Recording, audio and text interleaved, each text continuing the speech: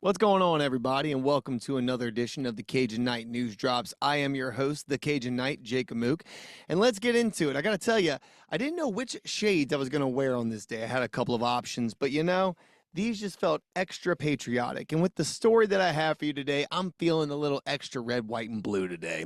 Let's get into it, shall we? Now, anybody who's heard me speak before on other platforms knows that I'm not the biggest fan of TikTok. I'm not the biggest fan of Chinese malware and software being installed in all of our cell phones. Yes, I understand iPhones are made there, and so they already have something integrally inside of it. I get that. But TikTok being owned by the CCP, who is not an ally of America by any stretch of the imagination, has always rubbed me particularly the wrong way. Anybody who doesn't know, again, I try to keep my biases to myself, but I am not a big fan of the CCP. I am not a big fan of communists. As a matter of fact, I don't really believe that communists classify as people. Throwing that out. They're not real. They're not real, y'all. They're not people. They're NPCs, right? They're drones. They're not people. It's okay. With that being said, I want everybody to think back 2 years ago, give or take, when it was discovered that there was a secret Chinese police station ran by the CCP operating out of New York City. Two men living in New York City have been charged with conspiring to act as agents of the Chinese government. And prosecutors say they helped set up and operate a secret Chinese government police station right here in the city. Fox 5's Chris Welch has the latest from Chinatown. This nondescript office building in the heart of bustling Chinatown in Lower Manhattan has a dark secret. An ominous description from U.S. Attorney Breon Peace, who says that until several months ago, an entire floor hosted an undeclared outpost station of the Chinese National Police. Now just imagine the NYPD opening an undeclared secret police station in Beijing. It would be unthinkable. Lu Jianwang and Chen Jinping, seen in this photo from the criminal complaint, are accused of helping set up the station. But U.S. officials say it was not the type of police force the average American might think of. Instead of combating crimes, they say, they were committing them. Specifically, acts of transnational repression, where a foreign government, in this case China, stalks or intimidates individuals in the United States. The Chinese National Police appear to have been using the station to track a U.S. resident on U.S. soil. When the defendants learned that they were under investigation, prosecutors say they deleted communication with the Chinese government official who was giving them instructions. This is clearly a blatant violation of our national sovereignty. It shows the PRC's efforts to globalize the oppressive tactics used domestically in China to silence dissent. And today's charges send a crystal clear response to the PRC that we are on to you. We know what you're doing, and we will stop it from happening in the United States of America. Breon Peace is going to speak on it like that and say that we are going to stop it in America. So now, cut to what has happened in New York as of this week. Let's learn a little bit about what the CCP has done in New York and to which office they have infiltrated this time. I think, when people say diversity and inclusion, I think everybody agrees, or most people generally agree that it's a good thing, right? But I think right now we also need to bring in the word equity, right? Diversity is when you say that there's, many different types of people with different backgrounds and they're all, invited to the table. Inclusion is when, we include all of their ideas. But equity is when we make sure that all of the people who are at the table have equal access to making sure that their ideas and their thoughts are heard. And unfortunately, I think some of the statistics that you quoted is that we don't have that much leadership or representation. What you just heard and saw was a direct quote from the lady in question. Her name is Linda Sun. If you go to TikTok and type in Linda Sun, you'll find somebody with over 1 million subscribers. That is not the one. If you want to look her up, type in Linda Sun, S-U-N as in the sun in the sky, and look up New York to find the correct person. Now, who is she? What did she do, and why am I even bringing up Linda Sun connecting with CCP and infiltration? Let's talk about it, shall we? And a former aide to the New York governor, Kathy Hochul, has been charged with secretly acting as an agent of the Chinese government in exchange for millions of dollars in compensation and gifts. Linda Sun and her husband pleaded not guilty at a court in Brooklyn. She was previously the Deputy Chief of Staff to Ms. Hochul and continued to work in state government until she was fired last year for alleged misconduct. Our correspondent Carl Nasman has more from Washington. This is a pretty wild story here. Ms. Sun is essentially accused of being a Chinese spy and operating within the state government of New York. She's facing 10 criminal counts, including visa fraud, including money laundering. Prosecutors say that a lot of her alleged activity within the state government really relates to Taiwan. So they say that she was changing documents, changing speeches to eliminate references to Taiwan in terms of what the governor was actually saying. She allegedly canceled meetings between the then president of Taiwan and the then governor of New York, Andrew Cuomo. So it's possible that a Chinese spy had access to some pretty high-level dealings, some pretty important foreign policy when it comes to one of the most important states in the country. So Linda Sun, apparently the former aide to two different governors of New York, at a very critical time. I want everybody to think about that. She was an aide to Cuomo, and we will be discussing a little bit of a connection to that and China and how somehow everybody was paying attention to what New York was doing. Everybody was listening to Cuomo for some reason. And why? Why was that? What kind of intel did he have above everybody else that made him such a source? Interesting. This was leading really the newspapers and the evening news here in the United States. There's a lot of questions. They want to know how exactly this might have happened, that an alleged Chinese spy could actually get this kind of government position for as long as you mentioned, more than a decade here. There are some calls for investigations. The top Republican in the state Congress wants to investigate this. Of course, we should say the governor, Kathy Hochul, she says that as soon as any allegations of misconduct were uncovered, that this woman was immediately fired and reported to authorities, and that's where this investigation and this eventual arrest came from. But, this comes at a time, of course, of increased tensions between the country. There was that incident last year with that spy balloon that was believed to come from China floating across the country. This really does highlight the tensions and the issues between the U.S. and China. So a lot of lawmakers are going to be looking into this, but really a crazy story with some very interesting details here coming out from New York. Gonna be honest, I couldn't agree more. As a matter of fact, a lot of interesting details coming out about this woman, her husband, who apparently only owned a liquor store, yet somehow they are worth millions. Let's dive a little deeper into the couple and these money transactions, the fraud, the forgeries of governor signatures on legal documents. Oh, it's deep. It's very deep, ladies and gentlemen. The Sun in federal court charged in a 65-page indictment with using various positions in New York State government to further the goals of the Chinese government and the Chinese Communist Party in exchange for funds to live a lavish lifestyle, including a multi-million-dollar Manhasset mansion and a fleet of fancy cars, including a Ferrari.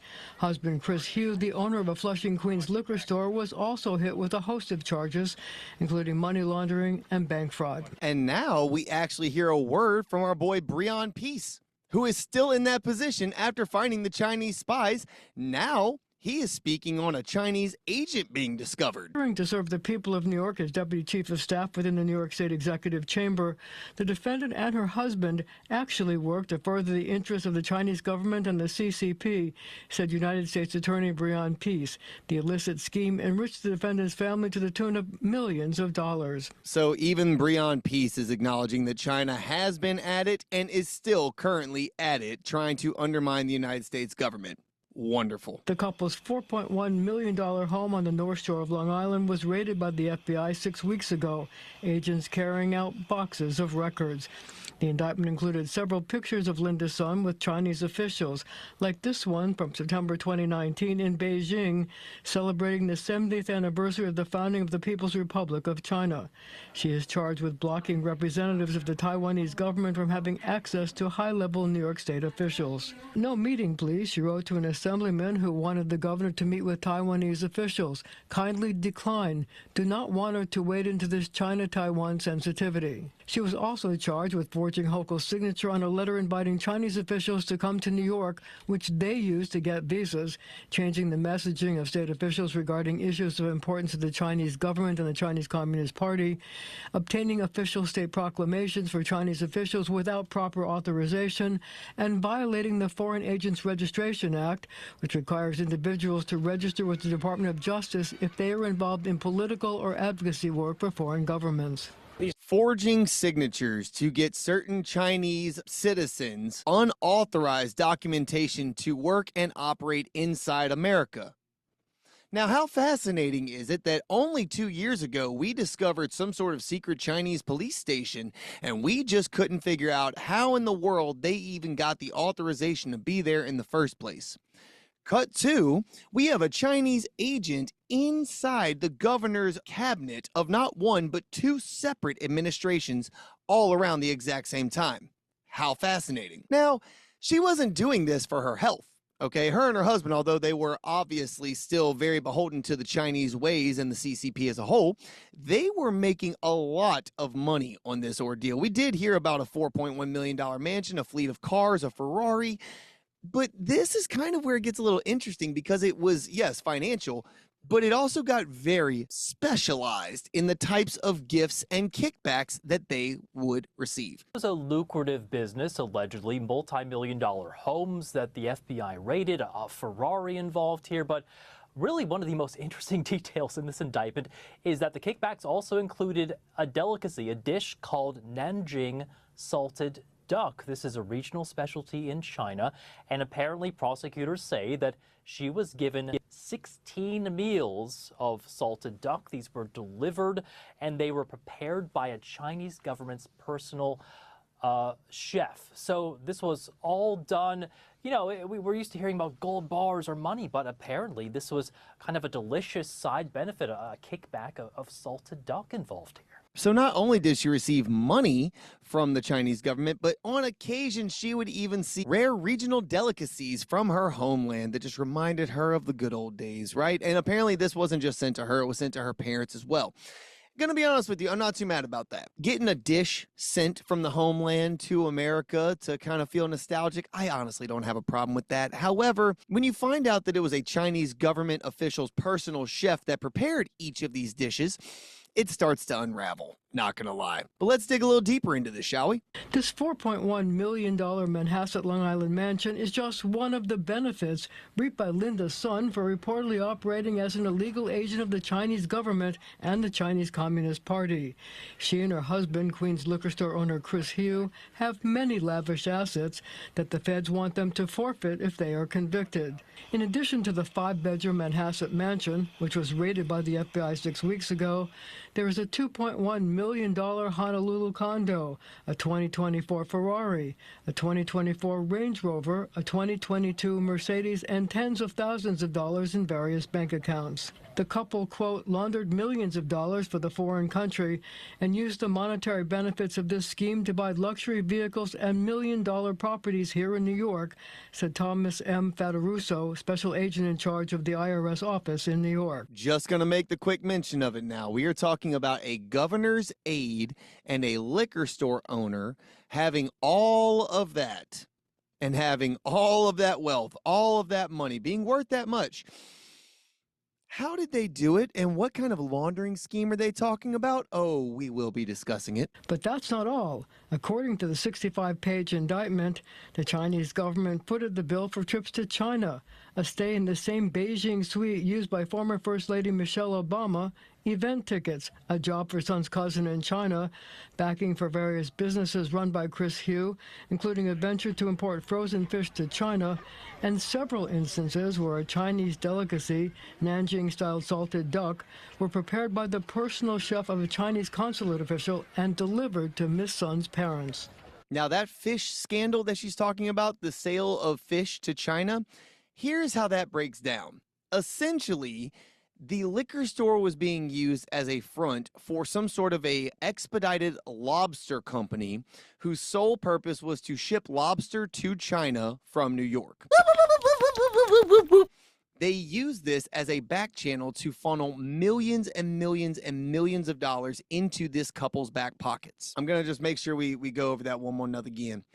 They're saying that these two, through a liquor store, sold so much lobster that they were able to have a $4.1 million mansion and all of these nice expensive cars from lobster out of a liquor store. And just so we're clear about how deep into the pockets of Holcomb and Cuomo our girl's son was, let me show you a quick video released in 2020 of Governor Holcomb releasing this message of love and solidarity from New York to China in 2020. Now, I am going to be reading this because the music in the background is considered copyright, so I can't play it. But anyway, I want to read what she's saying. It's not a very long video.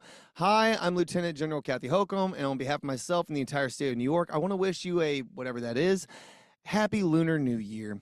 I have been Lieutenant Governor for a long time, and I have had the privilege of working with the Chinese American community and with Chinese Consul General Ambassador Hong Ping. Every year, I've cherished the chance to participate in the Lunar New Year parades throughout our state. It's one of my great pleasures as I bring my Chinese American nieces to immerse themselves in this vibrant tradition of dance, music, food, and of course, the red envelopes. In early 2020, I marched in both the Queens, Flushing, and Chinatown New Year's parades. So like I said, this goes deep, everybody, and it goes back a couple of years, but we can clearly see how and why this has shaken out the way that it did. Kind of makes you question all those masks that New York was receiving from China during that time period, doesn't it? Interesting. Now, I did want to bring up this article from Newsweek here. It says a spokesperson from Hochul's office told the Associated Press that Son was fired in March 2023. The governor declined to provide further details on WNYC about the misconduct that led to Son's firing. When asked whether the allegations that Son had influenced the position of the governor's office on Taiwan and other issues were true, Hochul said, "That's what they're alleging. It's something that's become apparent to us when we read the indictment. She primarily worked for Andrew Cuomo for many more years. She was with me just a short time, about 15 months. But what I read in the pleadings, the indictment today, which was very much focused on a lot of things she did under the previous administration and some direction she tried to provide us when I was lieutenant governor." Meanwhile, Rich, as a party, Cuomo's spokesperson, downplayed Son's reach in the former governor's administration, as the party told the AP that Son, quote, worked in a handful of agencies and was one of many community liaisons who had little to no interaction with the governor. Meanwhile, she was forging signatures on official government documents allowing very unscrupulous characters to gain access into America, into one of our biggest financial hubs, not just of this country, but of the planet. She was also denying access between them and leaders of other nations, i.e. Taiwan. She was also receiving massive payouts from the CCP in order to persuade and distract the government officials in that key area. Then when she got caught, she denied every single claim that was brought against her. We are already talking forgery, perjury, direct espionage, an accomplice to espionage, the Foreign Agents Act. We're already stacking the deck pretty thick. And then the administrations to which we have now proven that she had a very drastic influence claims that she didn't have any type of real influence and she was just kind of a face in the crowd. Right. Anyway, everybody, I thought that was an interesting little news drop and I wanted to bring it up to everybody. If you have not already done so, please hit the like, hit the bell button, hit the subscribe, and share this video everywhere. I would love to grow this channel and make it something serious. It will only happen with your help. So thank you for everybody for doing that, and I will see you on the next one.